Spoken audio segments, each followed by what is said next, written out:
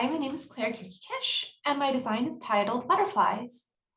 For the design theme, I was told the designs need to be marketable, and to me, marketability means widespread appeal.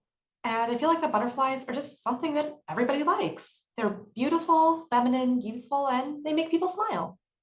Since the construction of the design was a lot different from what I've done before in the past, a lot of my inspiration for it also relied heavily on researching and reading books on clothing construction for adaptive clothing. Um, there are two in particular, Design Without Limits, Designing and Sewing for Special Needs, and Fashion for Disabled People. These are super important resources for me since in adaptive fashion, not only is the aesthetic important, but practicality is extremely important for it.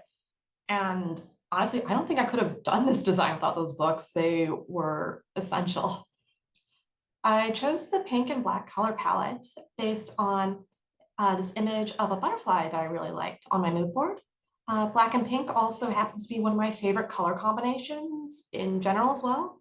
And I especially love the color contrast of it. I'm also a really huge fan of two-toned looks, so that's another reason I chose that color story. I dyed my fabrics with Rit dye as well as Aljo dye. And I was given a box of a variety of fabrics from the Under Fashion Club. Several of them were various stretch knits, so I used those because I wanted the clothes to be functional in both stretch and comfort. I was also given magnetic closures by the Under Fashion Club as well. And when I originally began my work, I was in North Carolina, so I also sourced from the resources available to me there. For example, I used tulle and embroidery supplies from Joann Fabrics to create my own embroidery design, and a rib knit for the cuffs and waistband from there. I also sourced elastic trims and various other notions from the Scrap Exchange, which is a warehouse for dead stock and donated materials. And when I returned to New York, I also sourced notions from Pacific Trimming and other garment stores in the garment district, as well as dye from Aljo. For trims, I used a pink elastic fold-over trim, a lace trim I created myself, a ribbon, a butterfly charm, and elastic from Shindo. And for my outfit, I made a cropped short sleeve hoodie with magnetic front closure. I made the sleeves of the hoodie short sleeved and wide so that it would be easier to put on and take off. And same for the magnetic closure.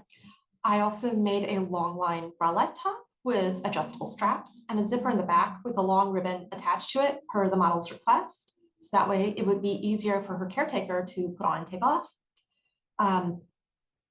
Lastly, I made a pair of loungewear joggers with zipper closures on the outer leg seams. This makes it easier to put on and take off, and all of the pieces of the garment were made with various stretch knits. I used a Baby Lock Destiny embroidery machine to create my own embroidery design, or kind of like a lace, since I wasn't able to really find any lace that worked for my creative vision for my design. I used black tulle on top of a wash-away stabilizer with pink and black thread to create the lace. And since this was my first time ever using the embroidery machine, I had to teach myself how to do it.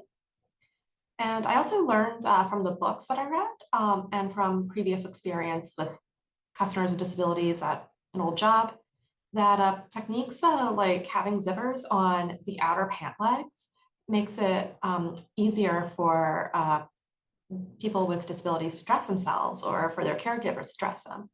So I had to adjust pant patterns to an entirely new shape I'd never done before for this method, and also even adjusted the waistband to better fit wheelchair users' needs.